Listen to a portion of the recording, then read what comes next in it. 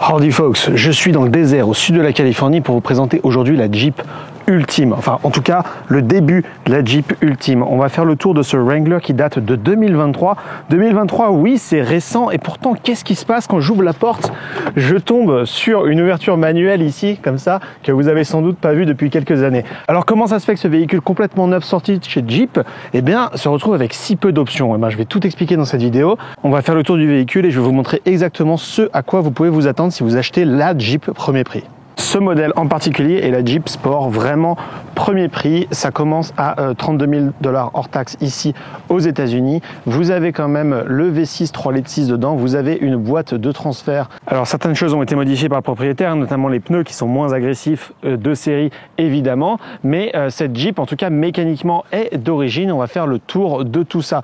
Donc je vous ai dit que c'était la Jeep premier prix. Il s'agit vraiment de la Jeep Wrangler Sport. Ce modèle est de 2023 et il y a absolument zéro option comme vous l'avez vu. Il faut ouvrir les vitres à la main. Alors pourquoi est-ce qu'il faut les ouvrir à la main? Il y a quand même une raison, hein. C'est pas juste histoire d'économiser 5 $ par porte à l'usine de Jeep. C'est parce que vous savez qu'il y a des gens qui retirent les portes de leur Wrangler pour faire vraiment des véhicules complètement tout-terrain. Et bien vu qu'ici il n'y a pas d'électronique dans les portes, vous voyez qu'il n'y a pas de connecteur à part cette sangle de sécurité ici et évidemment les charnières. Donc la porte est très simple. Ça veut dire pas d'électronique. Ça veut aussi dire pas de rétroviseur intelligent avec du dégivrage ou des détecteurs d'angle mort ou de je sais pas quoi. Ça veut dire aussi pas de fermeture centralisée. Donc oui, dans cette Jeep à 32 000 $, vous vous retrouvez à devoir fermer les portes une par une et si vous en laissez une ouverte, eh bien quelqu'un peut rentrer dans votre voiture. En parlant de rentrer dans votre voiture, est-ce que vous savez comment est-ce qu'on ouvre le capot d'une Jeep Wrangler? Et ça, c'est valable pour tous les modèles. Parce que moi, quand je descends ici, eh ben, je trouve pas de bouton. Et oui, ne vous inquiétez pas, je vous vois, on va également parler de la troisième pédale parce que vous savez qu'aux États-Unis, c'est beaucoup de boîtes automatiques, mais pas dans cette Jeep premier prix. On va revenir dessus après. Mais vous voyez qu'ici, je peux pas ouvrir le capot. Alors comment ça se fait? Comment est-ce que j'ouvre le capot d'une Jeep? Et ça, c'est valable pour tous les modèles.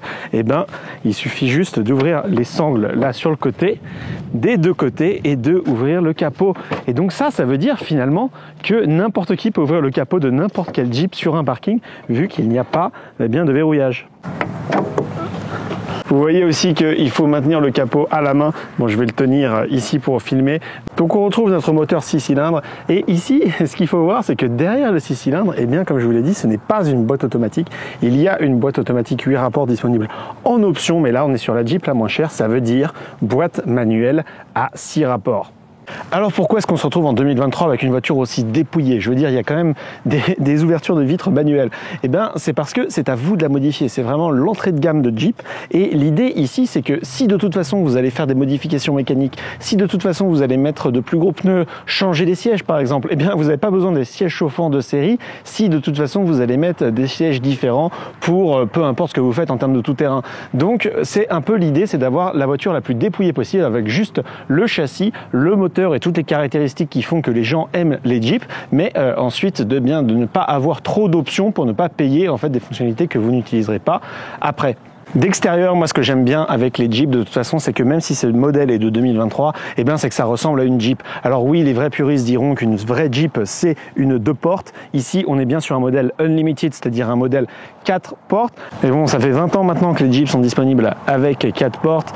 Donc voilà, moi ce que j'aime bien évidemment, c'est l'avant, c'est le devant de cette Jeep qui en fait, même si elle est devenue moderne, même si elle est devenue beaucoup plus grosse que ses prédécesseurs, eh bien reste quand même une tronche de Jeep et ça c'est vraiment le design qu'on apprécie. Ce modèle-ci en particulier étant le moins cher possible a le toit en toile qui est rétractable. D'ailleurs, j'ai mentionné que les portes étaient facilement retirables. Effectivement, ce sont juste 2 écrous. Mais le toit aussi est facilement rétractable et aussi le pare-brise. Vous voyez les charnières ici. Le pare-brise peut se baisser sur le capot comme les Jeeps à l'ancienne. Et ça, c'est vraiment bien qu'ils aient gardé un petit peu cette touche old school dans ces véhicules tout-terrain. Regardons maintenant derrière. Vous avez quand même, alors ça c'est l'avantage d'avoir des Jeeps 4 portes comme ça, c'est qu'il y a quand même pas mal d'espace dans ce coffre. Vous avez encore plus de rangement ici et le truc qui est bien chez Jeep, alors là ils l'ont retiré parce que je pense que des gens allaient le voler, mais il y a une boîte à outils dans cette boîte et vous voyez tous ces petits emplacements ici.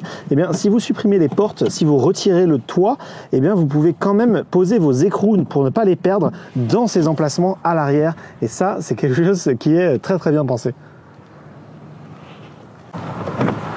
À l'intérieur, vous retrouvez un espace raisonnablement grand. Alors, c'est pas immense à l'intérieur, mais là, le siège est reculé pour une personne comme moi, donc 1,77 m. Après, vous avez beaucoup de place en haut. Alors, vous pouvez un peu regarder l'ingénierie qui est derrière. Vu que le toit est complètement retirable, le toit ne fait pas partie de la structure du véhicule. C'est pour ça que vous avez cette barre au milieu où se trouvent également des haut-parleurs.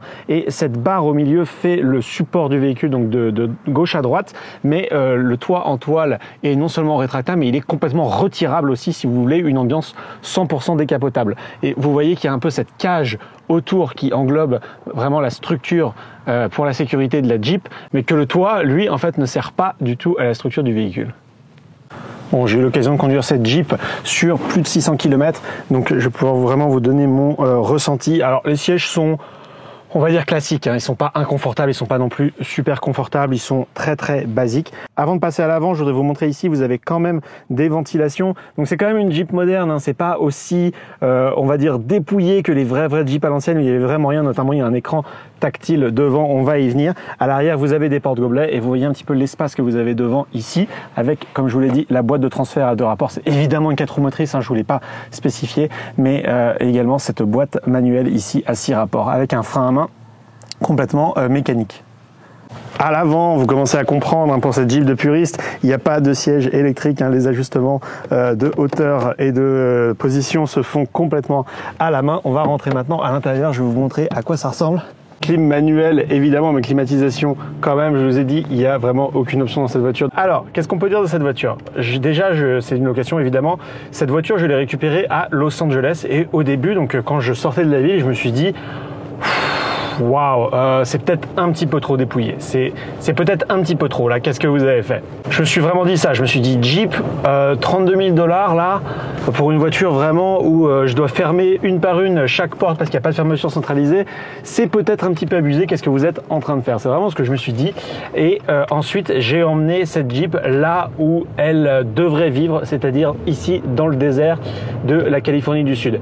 Et j'ai eu l'occasion donc d'aller dans ce festival / course d'off-roading de tout terrain aux États-Unis qui s'appelle King of the Hammers. D'ailleurs, si vous avez raté la vidéo, je vous mets le lien en description. Mais donc cette course tout terrain évidemment se trouve dans le désert de la Californie. Il n'y a pas de route vraiment pour y aller, ce sont des chemins. C'est pour ça que j'ai loué cette voiture et c'est là où j'ai vraiment compris l'intérêt de ce véhicule.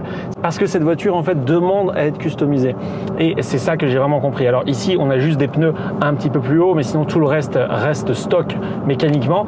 Mais c'est là où j'ai compris qu'en fait oui, en fait, on paye pour le châssis, on paye pour ce moteur V6, on paye pour cette boîte de transfert à 2 rapports, on paye un petit peu pour avoir aussi tout ce package Jeep qui est très customisable parce que ici, les Jeeps, c'est très très courant aux États-Unis. Vous avez énormément de pièces que vous pouvez acheter, énormément de choses qui sont fabriquées, énormément de, je sais pas moi, si vous avez besoin de rangement dans le coffre, eh bien, il y a des choses qui sont faites sur mesure pour vous mettre des tiroirs, des choses comme ça. Si votre truc c'est campé, vous avez des modèles de tentes. Si vous voulez mettre une tente sur le toit qui existe que pour le Wrangler et qui s'installe très très facilement, ce sont des véhicules qui sont très très customisables et donc évidemment quand vous achetez une Jeep, vous achetez un petit peu aussi tout l'écosystème derrière de tout terrain.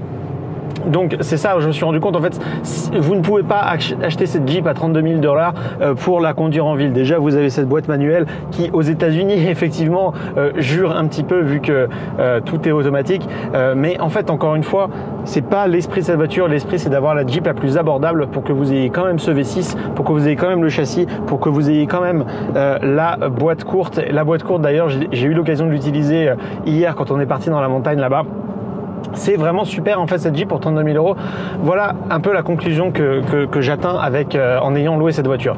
Je me suis dit au début, 32 000 c'est quand même un peu cher payé, mais en fait je me suis dit si vous êtes quelqu'un qui aimait faire du tout-terrain occasionnel, hein, on parle pas du gros professionnel, voilà, tout-terrain occasionnel, eh bien vous allez vouloir un véhicule un petit peu tout-terrain comme ça. Donc vous achetez quoi? Un Polaris, un Can-Am, ce genre de choses. Très bien, mais avec votre Can-Am vous n'allez pas faire les courses. Donc en fait vous vous retrouvez à devoir acheter un Can-Am pour le week-end et ensuite un véhicule normal, on va dire, pour les autres jours de la semaine. Et cette Jeep, finalement, vous pouvez l'emmener faire du tout-terrain le week-end, alors du tout-terrain raisonnable, hein, vous n'allez pas faire du franchissement extrême, en tout cas, pas dans la façon dont elle est configurée actuellement, mais vous allez aussi pouvoir eh bien, faire des courses, et c'est un véhicule qui est totalement confortable pour conduire en ville. Alors oui, je sais que j'ai commencé cette partie conduite en vous disant que cette voiture n'était pas confortable. Oui, pour 32 000 €, elle n'est pas confortable. Non, non, non. Vous, à 32 000, vous allez pouvoir acheter, je sais pas moi, par exemple un Jeep Compass, typiquement, qui est la version un petit peu SUV crossover